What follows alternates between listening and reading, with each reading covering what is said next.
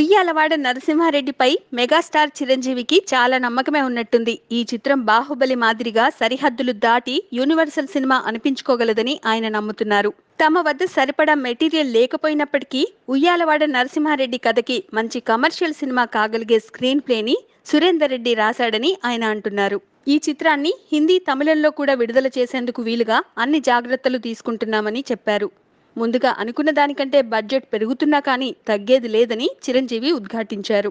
War episodes కి, sets కి, graphics కి ఏమాత్రం వెనుకాడకుండా ఖర్చు పెడతామని, సరిగ్గా తీసి సరిగ్గా మార్కెట్ చేస్తే ఇంకో బాహుబలి కాగలిగే సత్తా ఈ చిత్రానికి ఉందని ఆయన అంటున్నారు. Ravi Varma cinematography, Rajeevan production design చేస్తున్నారని చిరంజీవి తెలిపారు.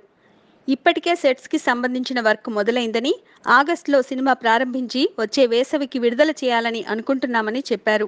హీరోయిన్ కూడా హిందీ, తమిళ మార్కెట్లని దృష్టిలో ఉంచుకుని ఫైనలైజ్ చేస్తామని అన్నారు. చిరంజీవి కాన్ఫిడెన్స్ చూస్తుంటే ఉయ్యాలవాడ నరసింహారెడ్డి ప్రాజెక్ట్ తెలుగు సినిమా పరిశ్రమకి మరో గొప్ప సినిమా కాగలదనే నమ్మకం కలుగుతోంది. Please subscribe. Hi, it's me Purna. Please subscribe.